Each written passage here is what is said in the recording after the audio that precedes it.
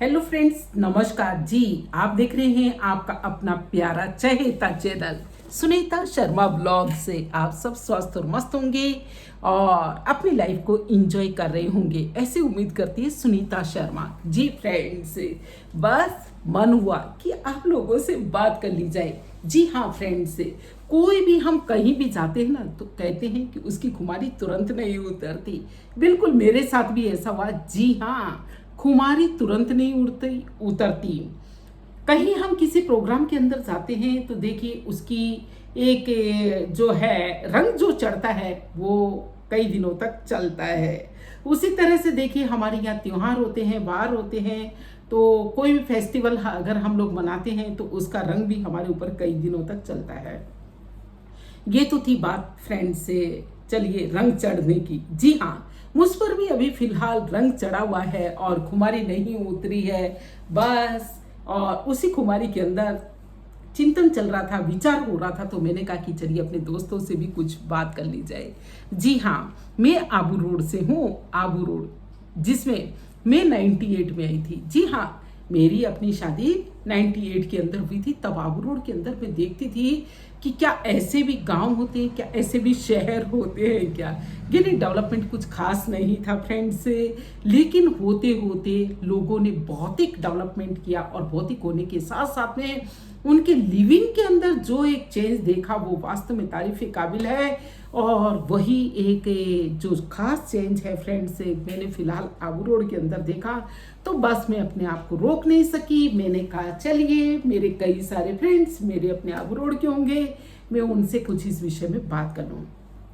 जी friends, Abu road के अंदर जब मैं 1998 के अंदर आई तब देखा करती थी कि सभी महिलाएं जो हैं थोड़े से दबे दबे से रहते थे और बहुत ज़रा संकोची सा माहौल हुआ करता था। खैर, ये हर सोसाइटी का, हर कस्बे का, हर शहर का अपना अपना व्यू होता है, अलग अलग।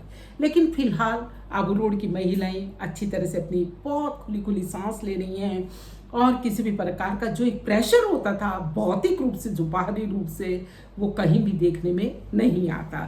और उसी वजह से देखिए फ्रेंड्स, हम लोगों ने भी परशुराम जयंती मनाई और उसका आपने देखा होगा कि बहुत बहुत मतलब वहाँ पर लेडीज़ को जो है मॉनिटरिंग काफ़ी मैं देख रही थी कि महिलाएं ही संभाल रही थी। मेरी अपनी बहनें ही संभाल रही थी और अपनी फ्रेंड संभाल रही थी।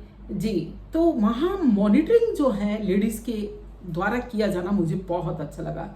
और ये किसी भी गांव के विकास के लिए, किसी भी कस्बे के विकास के लिए, किसी भी समाज के विकास के लिए एक बहुत अच्छी पहल है फ्रेंड्स। मैं इसलिए बिल्कुल नहीं कह रही क्योंकि मैं एक महिला हूँ, हाँ शायद इसलिए भी, आप जो भी समझे, लेकिन वास्तव में महिलाएं जब किसी चीज़ को हाथ में लेती हैं तो ये भी है कि हाँ वो बखूबी उसको निभाती हैं। ऐसा नहीं मैं बिल्कुल भी कह रही कि भाई लोग नहीं कर रहे थे, भाई लोगों का अलग था। यानी सबने मैनेजमेंट इतना अच्छा था, इतना अच्छा था। कुछ काम जेंट्स लोग कर रहे थे तो भाई लोग कर रहे थे, तो कुछ जो है लेडीज कर रही थी। अब चलो मैं बात आती हूँ बालिकाओं की। जी फ्रेंड्स, मैंने देख करके मैं बहुत खुश हुई, बहुत खुश हुई जब मैंने रैली के अंदर, आपने भी देखी ना पीछे वाली वीडियो। जी हाँ, हमारे यहाँ जब रैली निकाली गई ब्रह्म विप्र समाज के द्वारा, तो मैंने देखा कि बालिकाओं को, जी हाँ, घोड़े पर, ऊंट पर सवारी के साथ में दुर्गा बनाया उन्हें, सीता बनाया उन्हें, क्या रूप सजा। जी हाँ, तो ये बालिकाओं के प्रति, महिलाओं के प्रति समाज का एक इस तरह का बदला हुआ रुख, बदला हुआ विचारधारा मुझे बहुत अच्छी लगी। इसके लिए शुक्रिया है आप लोगों का कि हाँ आपने हम माताओं को, हम बहनों को एक इस रूप में देखा, समझा, जिम्मेदार व्यक्तित्व के रूप में। जी हाँ, तो सबसे पहले मैं ये कहूँगी, अब फ्रेंड से हम लोगों की भी कुछ अपनी जिम्मेदारी बनती है, तो उसी को मैं साझा करने के लिए आई हूँ। देखिए, मैं क्योंकि एक उस समय के दौर से गुजरी हूँ, यानी हमारा जो समय हुआ करता था फ्रेंड्स, जैसे ही बच्ची ये मानिए कि 18-20 साल की होती थी तो ये चर्चा माता पिता के ऊपर तो दबाव होता ही हो या ना होता हो, लेकिन हाँ रिश्तेदारों में चर्चा का विषय हो जाया करता था कि अरे फलाने की लड़की इतनी बड़ी हो गई, शादी नहीं करनी क्या, पड़ोसियों को चिंता हो जाया करती थी, रिश्तेदारों को चिंता हो जाया करती थी, जैसे कि माता पिता को सारी जिंदगी उनके बैठ करके कमाई ही खानी है। इतना उनके ऊपर एक मानसिक दबाव हो जाता था कि बच्ची के वो डेवलपमेंट के लिए सोचना चाहते हुए भी नहीं सोच पाते थे।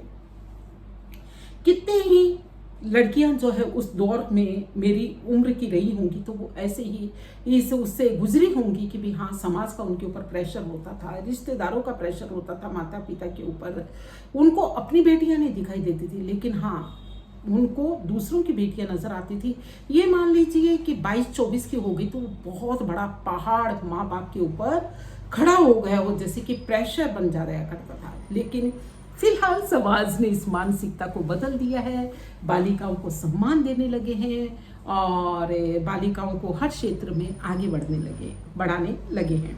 खैर, मैं उस सोसाइटी से भले ही रही हूँ, लेकिन हाँ, फिर भी धन्य हो मेरे माता पिता ने उस समय में भी शायद तमाम उन दबावों को भले ही सहन किया हो, लेकिन फिर भी हमें सभी सिस्टर्स को हाईली क्वालिफाइड करके जो हम लोगों को मतलब इस संस्कार के अंदर लाई, यानी हमारा विवाह किया। तो शुक्रिया उनका। फ्रेंड से तो मैं बात कर रही थी, अब हमारी ड्यूटी क्या बनती है।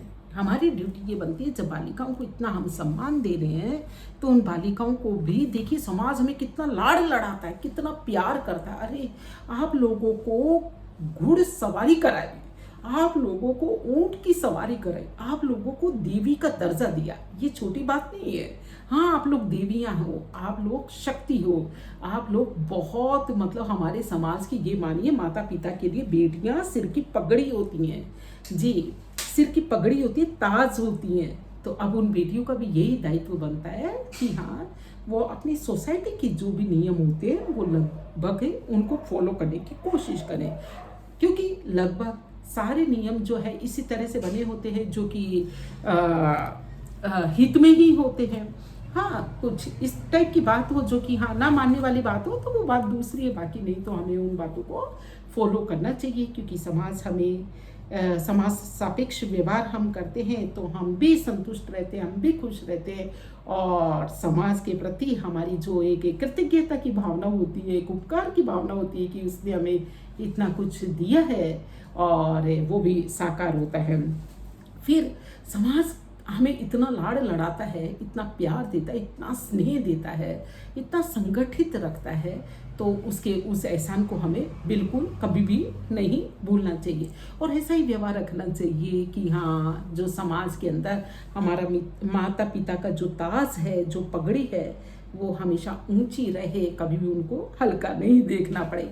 देखिए फ्रेंड से समाज तो बदल गया है, इसी वजह से शायद अब कोई कहता हुआ नजर नहीं आता कि उसकी लड़की 18 साल की होगी, उसकी लड़की 20 साल की होगी। अरे, सोए पड़े माँ बाप को तो कोई मतलब ही नहीं है, क्या यही बैठा करके रखेंगे। ऐसे ऐसे तानों से गुजरना पड़ता था फ्रेंड से, माता पिता को, बच्चियों को, और क्योंकि माता पिता किसी प्रेशर के अंदर, ऐसा तो होता नहीं कि वो कहीं भी उसको जो है भेज दें, कहीं भी उसकी शादी कर दें, वो भी अपनी एक सोच रखते थे अपनी हर एंगल से, क्योंकि माता पिता बहुत समझदारी से काम में लिया करते थे। लेकिन अच्छे से अच्छा सोचने के चक्कर में, बच्चियों के एजुकेशन दिलाने के चक्कर में, जब थोड़ी से भी वो आयु से बड़ी हो जाती थी तो क्या होता कि माता पिता के ऊपर प्रेशर पड़ता, माता पिता फिर बच्चियों के ऊपर प्रेशर डाल दिया करते थे। लेकिन अभी फिलहाल हमारे घरों की बेटियां, जी विप्र समाज की बेटियां बिल्कुल इस बंधन से मुक्त हैं।